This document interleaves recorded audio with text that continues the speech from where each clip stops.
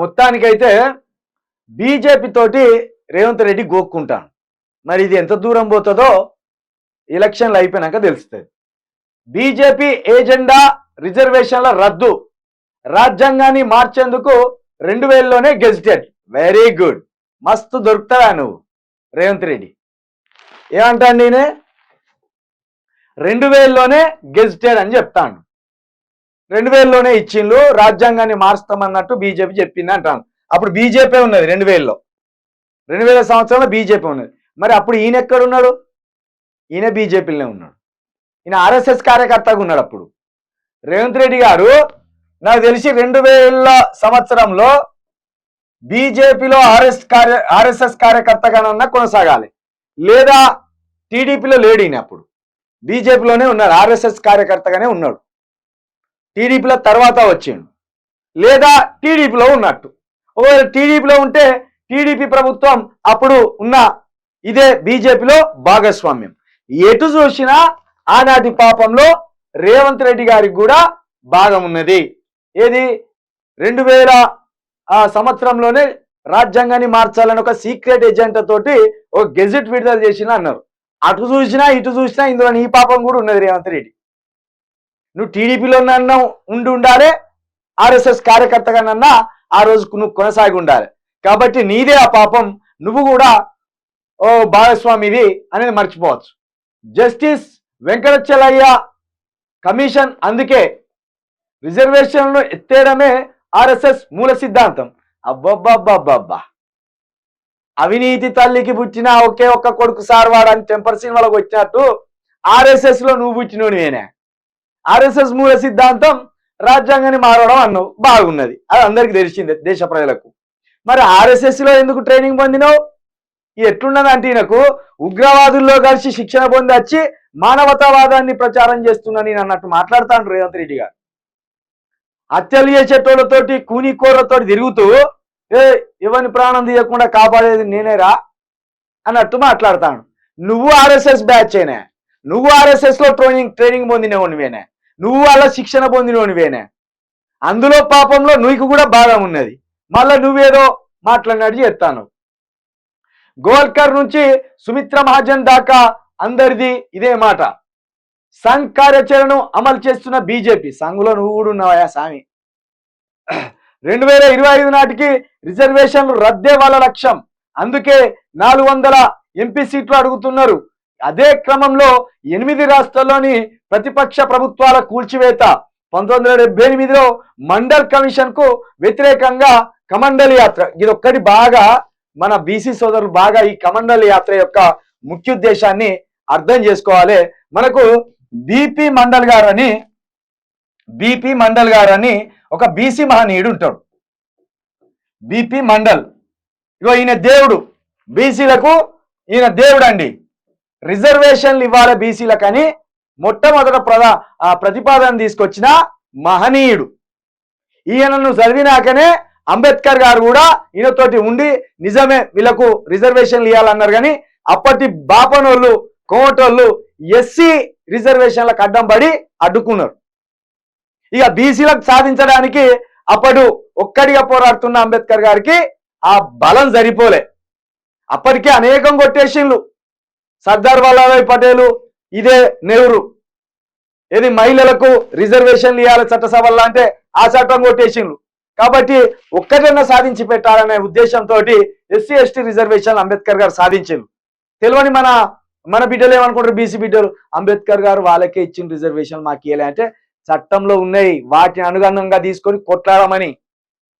అది లేదు, మనకు ఎంతసేపు ఏడ్చుడే ఉన్నది. అయితే ఈ బీపీ మండల్ గారు బీసీలకు ఈ చట్టసభల్లో కావచ్చు, ఉద్యోగాల్లో కావచ్చు రిజర్వేషన్లు కావాలన్నారు. ఉద్యోగాల్లో రిజర్వేషన్లు వచ్చినాయి బీసీలకు, కానీ చట్టసభలలో రాలే.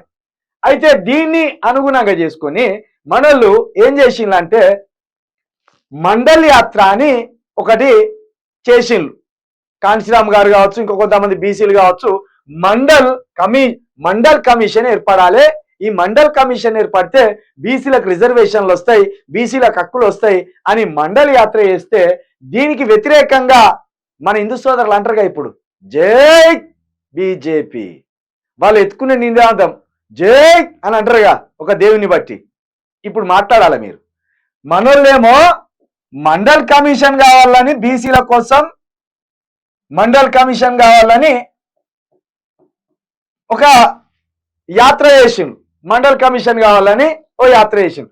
దీనికి వ్యతిరేకంగా వాజ్పేయి ఏం చేసిండు?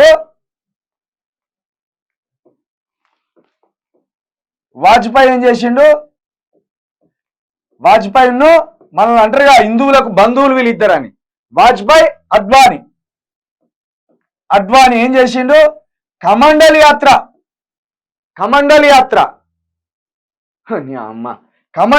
చేసిండు. కమండల్ యాత్ర చేసి వీటిని ఈ రిజర్వేషన్లు నీయొద్దని అడ్డుకున్నారు. ఇప్పుడు మాట్లాడాలి బీసీలు. ఎక్కడి హిందువులంతా సమానం అన్నారు కదా, మరి హిందువుల్లో అత్యధికంగా ఉన్నది బీసీలే కదా. అసలు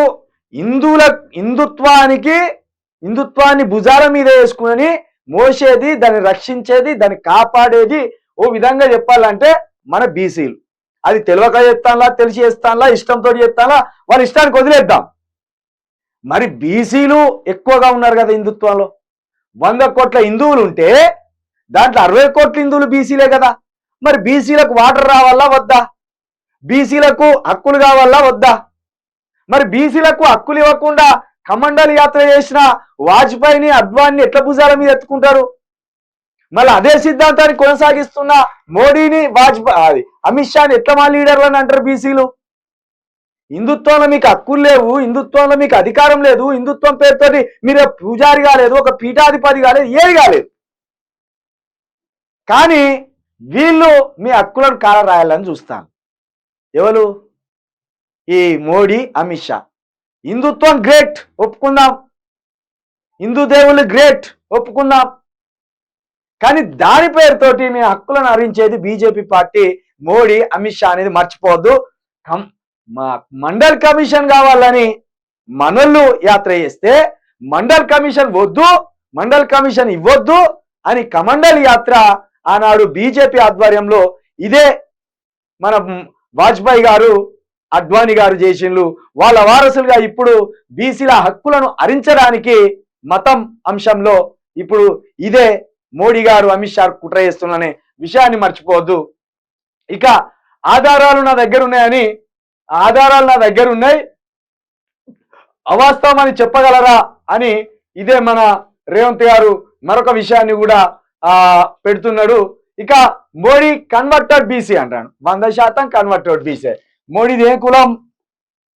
మోడీ బీసీ కాదు, ఫేక్ బీసీనే.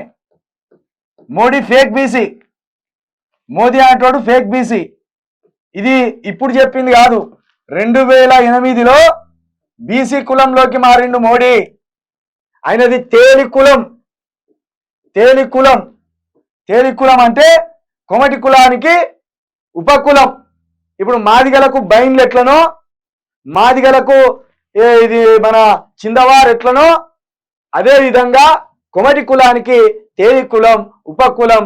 కాబట్టి Modi fake BC, original BC కాదు. ఒరిజినల్ బీసీల హక్కులను కాలరాయడానికి పుట్టిన మోడీ ఫేక్ బీసీ అనేది మరొకసారి గుర్తుపెట్టుకోవాలి. కేసులకు భయపడా ఇది ఎస్సీ ఎస్టీ ఓబీసీలపై దాడి. 100% ఎస్సీ ఎస్టీ ఓబీసీల హక్కులను కాలరాయడానికి పుట్టిందే ఒకే ఒక్క పార్టీ, అది బీజేపీ, కాంగ్రెస్ పార్టీ. 2 అది అర్థం చేసుకోవాలి.